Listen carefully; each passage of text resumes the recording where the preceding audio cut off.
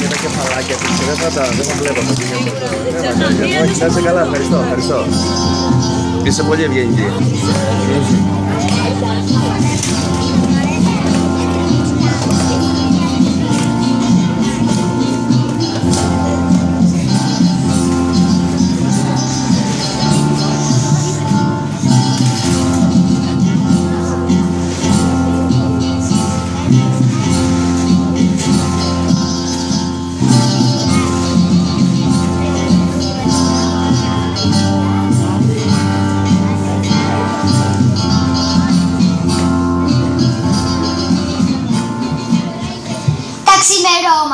Της 21ης Απριλίου του 1967, ο γαλανός ουρανός της Ελλάδας σκεπάστηκε από τα μαύρα σύννεφα σκλαβιάς.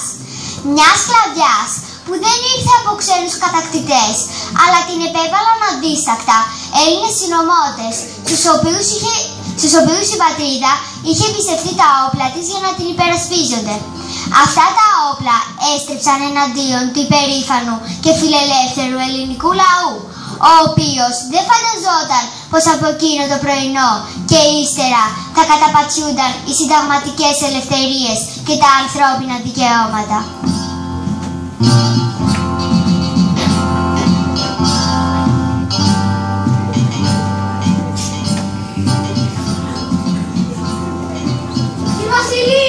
Κύριε Βασίλη, τώρα έφτασα!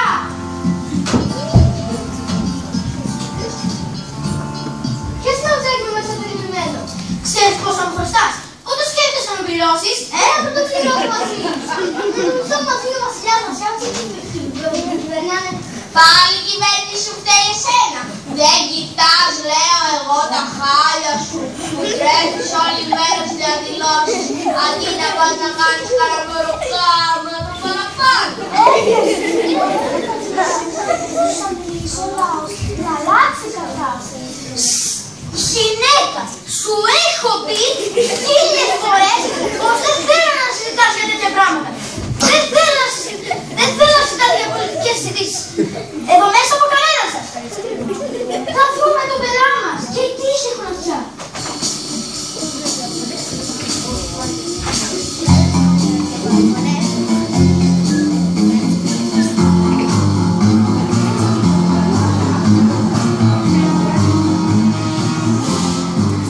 Μωρέ, τι μας λες? Εσύ φοβάσαι ακόμα και τη σκιά σου. Δημοκρατία δεν έχει. Ο καθένας μπορεί να έχει προφίλιο ελεύθερο. Καλά τα λέω, κύριε Σοτσής. Πού θα δεις τώρα, θα ξανακερδίσουμε τις εκλογές. Φωτεινή, εσύ να κοιτάς τους καφέδες σου και τίποτα άλλο. Δίκιο έχει η κυρά σου. Άλλαξαν τα πράγματα. Ο λαός θα ψηφίσει το σωστό. Μα δεν το είπε. Για ποιον το σκοτάδι μου. Ο λαός ψήφισε Κωστάκη. Ψήφισε σαν κουρούιδα και εσύ από θυμάσαι. Ήρθε ο καιρός να πάρουμε την κατάσταση στα χέρια μας.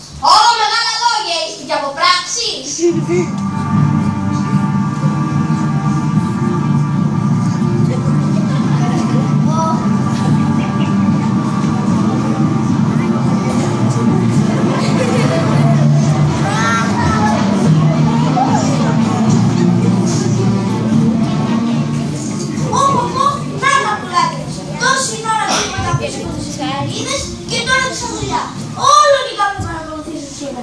Ήταν που άλλαξαν τα πράγματα.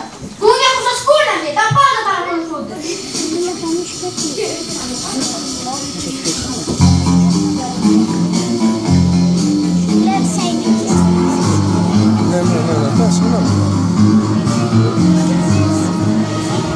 Έγινε πραξικόπημα. Οι δρόμοι λείπησαν καν. Ανοίξτε το ραδιόφωνο να την γίνεται. Ελληνικέ λαέ, με βαθύ ενσυνείδηση των ευθυνών μου έναντι του έθνους και της ιστορίας, απεφάσισα μετά τα χθεσινάς αναρχικάς εκδηλώσεις μιας οργανωμένης μειοψηφίας να κηρύξω των στρατιωτικών νόμων καθάποσαν την επικράτεια προς αποκατάσταση της διασαλευτήσης τάξεως. Τα πράγματα είναι σοβαρά. Τι θα κάνουμε? Πρέπει να αντιδράσουμε, να μιλήσουμε. Εδώ μέσα πάντως να μην ακουστεί κουβέντα. Λέξη να μην ακουστεί και βλέψουμε. Δεν ξέρω εσύ τι λες. Εγώ πάντως δεν θα μείνουμε σταυρωμένα χέρια. Μπράβο ρε, κι εγώ μαζί σου είμαι. Άντε βρε, Άγγελο, Τσάρλι. Τι έγινε ρε παιδιά, πού τους πάτε? Τίποτα αγόρι. Εγώ, αν το είπα καλέ, τι να πω. Τίποτα δεν είπα.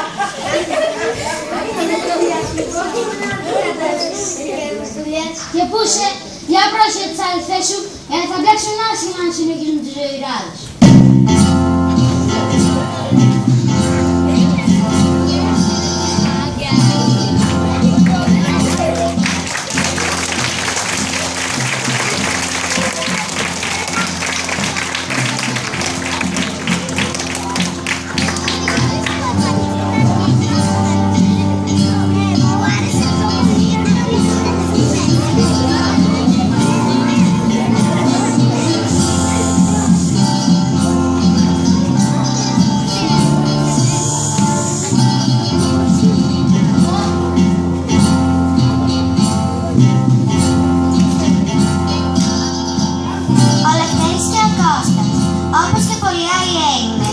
Έζησαν στην εσωτερική σκλαβιά.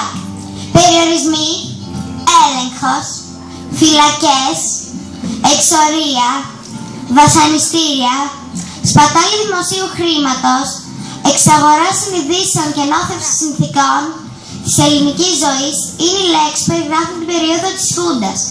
Με κομμένη την ανάσα περνούσαν στιγμές απερίγραπτης αγωνίας.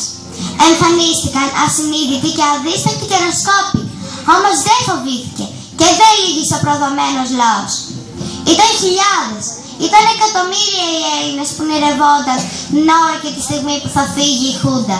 Πρώτοι και οι καλύτεροι, οι νέοι και οι νέες.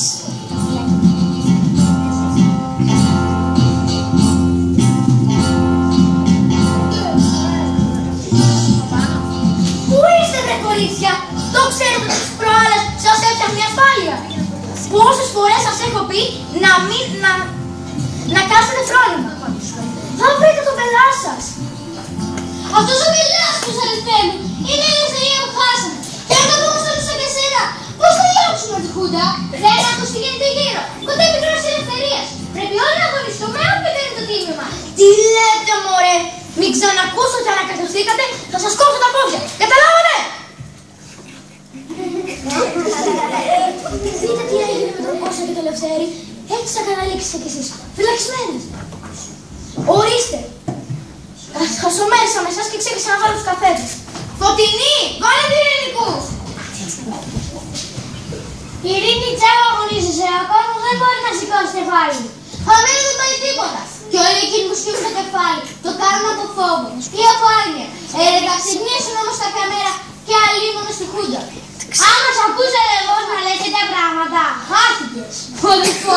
Ο αδελφός φοβάται ακόμα και τη σκιά του. Έτσι δεν βγαίνει τίποτα. Αν ενωθούμε πολύ μαζί, τότε η Χούντα να νιώσει τη δύναμή μας.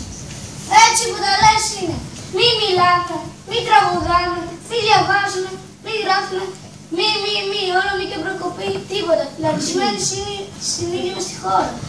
Μην λέτε τέτοια λόγια. Θα μας ακούσει κανένας ασφαλίτης καλή μονό μας. Τους είδατε που πέρασαν το πρωί από το περίπτερο για να ελέγξουν. Εγώ τους είδα. Οι αδερφές μου θέλουν να τους δουν. Να, πάλι εκεί είναι οι... Ξέρετε ποιοι. Οι ασφαλίτες. Πες το που φοβάσαι να το πεις. Δηλαδή, σήμερα Βασίλη συμφωνείς με τη Χούντα. Είναι η κατάσταση αυτή. Να, εγώ μόνος μου και εφημερίδα δεν τολμάω να αγοράσω. Άσε που οι εφημερίδες να έρθουν μόνο αυτά που θέλει. Ούτε απεργία δεν μπορούμε να κάνουμε, ούτε να μιλήσουμε για καλύτερο μεροκάματο. Τι λέτε βρε παιδιά, εγώ νομίζετε, δεν τα βλέπω. Δεν θέλω εγώ να έχω την ελευθερία μας. Να μου ζήσεις αδελφούλη μου. Επιτέλους συμφωνήσαμε και σε κάτι. Να πέσει η Χούντα. Κάτω η Χούντα. Κάτω η Χούντα. Σιγά ρε παιδιά, να το λέμε ψιθυριστά. Να έτσι. Κάτω η Χούντα.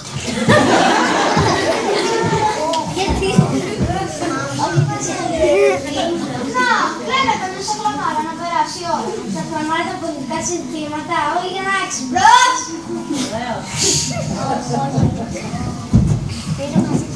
Με εσάς κορίτσια θα τα πούμε αργότερα. Όσο για σένα, θα στο κλείσουμε το μαγαζάκι. Ας συνεχίσεις να νοσεύεις όλους τους δίθεν επαναστάτες.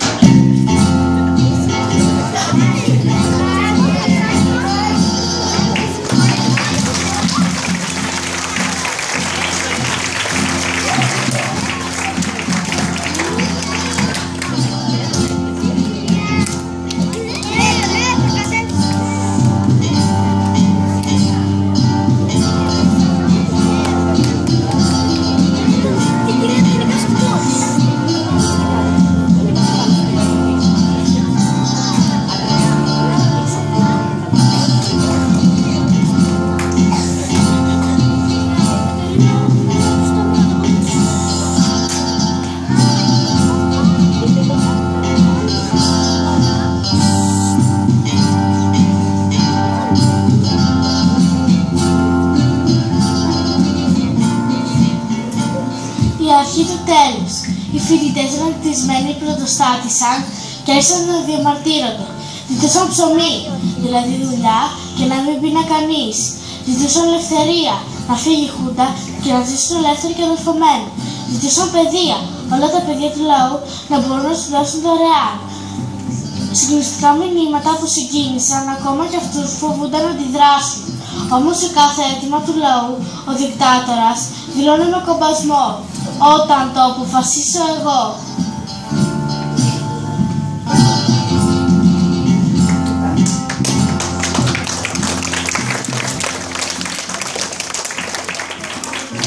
Άτιμοι! Μας έχετε πιει το... Να δω που θα πάει αυτή η κατάσταση. Μας έχετε πιει το αίμα. Έχει χάρη που δεν μπορώ να μιλήσω. Βασίλη! Βασίλη! Άνοιξε γρήγορα το ραδιόφωνο. Κάτι το Πολυτεχνείο. Εδώ Πολυτεχνείο. Καλημέρα, ο ραδιοφωνικός σταθμός των ελεύθερων αγωνιζόμενων φοιτητών, των ελεύθερων αγωνιζόμενων Ελλήνων. Ελληνική ΛΑΕ, συμμεταδίδω με διαχείριση της Συντονιστικής Επιτροπής των φοιτητών που βρίσκονται μέσα στο Εθνικό Μεσόβιο Πολυτεχνείο αυτή τη στιγμή. Οι φοιτητές από όλες τις σχολές, στη διάρκεια του φοιτητικού κινήματος, συνειδητοποίησαν πως τα προβλήματα σχετικά με τον εκδημοκρατισμό της παιδείας και της λειτουργίας του εκπαιδευτικού συστήματος δεν γίνονται χωρίς την αλλαγή της συγκεκριμένης πολιτικής κατάστασης. Αρχίζοντας έτσι πολιτικό αγώνα, οι φοιτητές και οι Έλληνες εργαζόμενοι της Λύσσικας στο Πολυτεχνείο ξεκαθαρίζουν τις θέσεις τους και καλούν τον ελληνικό λαό να συσπηρωθεί γύρω τους και να αγωνιστεί μαζί τους ως την τελική νίκη. 1. Πρωταρχική προϋπόθεση για την επίλυση όλων των λαϊκών προβλημάτων θεωρούμε την άμεση πτώση του τυραννικού καθεστώτος της Χούντας και την παράλληλη εγκαθίδρυση της λαϊκής κυριαρχίας. 2. Η εγκαθίδρυση της λαϊκής κυριαρχίας συνδέεται αναπόσπαστα με την εθνική ανεξαρτησία από τα ξένα συμφέροντα που χρόνια στήριζαν την τυραννία στη χώρα μας. Η πλατιά κινητοποίηση του ελληνικού λαού και η εκδήλωση συμπαράστασης από όλες τις γωνιές της Ελλάδας είναι η καλύτερη απάντηση στις δόσεις του επιχειρού να μας θυμίσουν. Ελληνική ΛΑΕ, ο αγώνας γύρω από τη λαϊκή κυριαρχία και την εθνική ανεξαρτησία σήμερα συνίσταται στις άμεσες μαζικές διεκδικήσεις στα οικονομικά, επαγγελματικά και κοινωνικά του προβλήματα, με απεργιακούς αγώνες, με μαζικές κινητοποιήσεις και συλλαλητήρια, με πρόσκληση της γενική απεργία για την ανατροπή της δικτατορίας. Η παρουσία μας εδώ αποτελεί κέντρο της στήρωσης, κινητοποίησης και μαζικοποίησης του λαϊκού αγώνα. Όλοι ενωμένοι στον αγώνα για τη δημοκρατία και την εθνική ανεξαρτησία. Ζήτω ο λαϊκός αγώνας. Ψωμί, παιδεία, ελευθερία. Κάτω η Χούντα, κάτω φασισμός.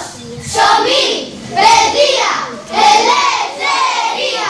Κάτω η Χούντα, κάτω φασισμός.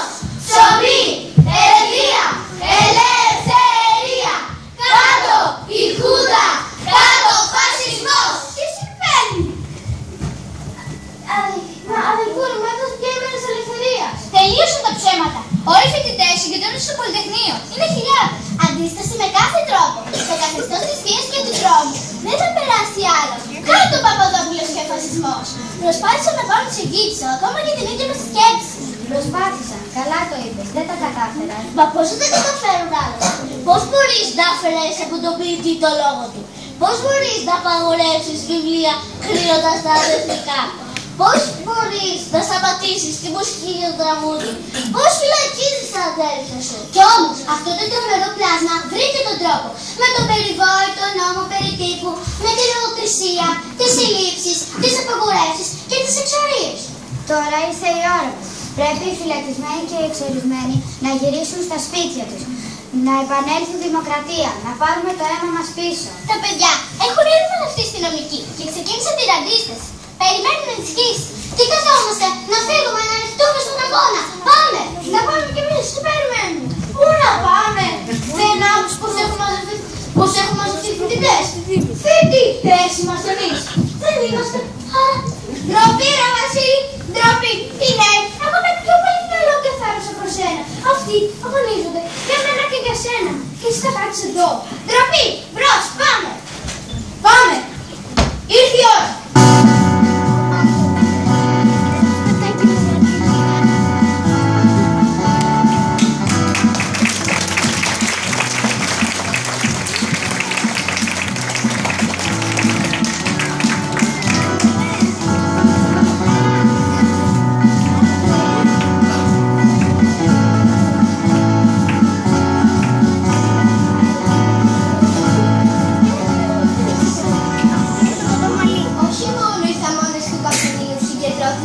Έξω από το Πολυτεχνείο, αλλά χιλιάδες Έλληνες κατέφθαναν μέχρι την 17 Νοεμβρίου, η οποία έμενε να είναι η μοιραία μέρα. Οι στρατιωτικές δυνάμεις, νιώθοντας ντροπιασμένες και προσβεβλημένες, αναλαμβάνουν δράση εναντίον των άοπλων πολιτών. Το κέντρο της Αθήνας είχε γίνει κόλας. Οι φοιτητές, μαζί με τους άλλους πολίτες ενωμένους από ποτέ, αγωνίζονται στεναρά και αντιστέκονται. Η Χούντα αγωνίζεται με όλα τα μέσα. Τα τάγκς ζουν το Πολυτεχνείο. Οι φοιτητές φωνάζουν. Αδέρφια, δεν θα μας χτυπήσετε. Παιδιά, αδέρφια μας στρατιώτες, δεν μπορείτε να χτυπάτε τα αδέρφια σας. Αγωνιζόμαστε για μια καλύτερη Ελλάδα. Αλλά οι φοιτητικοί δεν λύγουν. Το τάγκ πέφτει πάνω στην κεντρική πύλη και την ισοπεδώνει. Ο φοιτητής που κρατούσε το μικρόφωνο του ραδιοφωνικού σταθμού θαπλώθηκε νεκρός τη στιγμή που τραγουδούσε τον εθνικό ύμνο. Από εκείνη την βραδιά έχουν περάσει 40 χρόνια. Εκεί που βρισκόταν το καφενεδάκι στην οδό Πατησίων βρίσκεται σήμερα μια πολύβουη καφετέρια γεμάτη φοιτητές και περαστικούς. Στη γειτονιά εκείνη τίποτα δεν είναι όπως παλιά. Το ίδιο και στον κόσμο μας. Τα παιδιά που αγωνίστηκαν τότε στο Πολυτεχνείο έχουν μεγαλώσει πια. Πάλεψαν να δώσουν ζωή στα όνειρά τους και σήκωσαν στις πλάτες τα όνειρα ενός ολόκληρου λαού. Τα αιτήματα των φοιτητών εκείνης της εποχής, για τα οποία πάλεψαν και θυσιάστηκαν ψωμί, παιδεία, ελευθερία, είναι τόσο επίκαιρα. Σε αυτούς τους δύσκολους καιρούς ας ενώσουμε τα βήματά μας όπως έκανε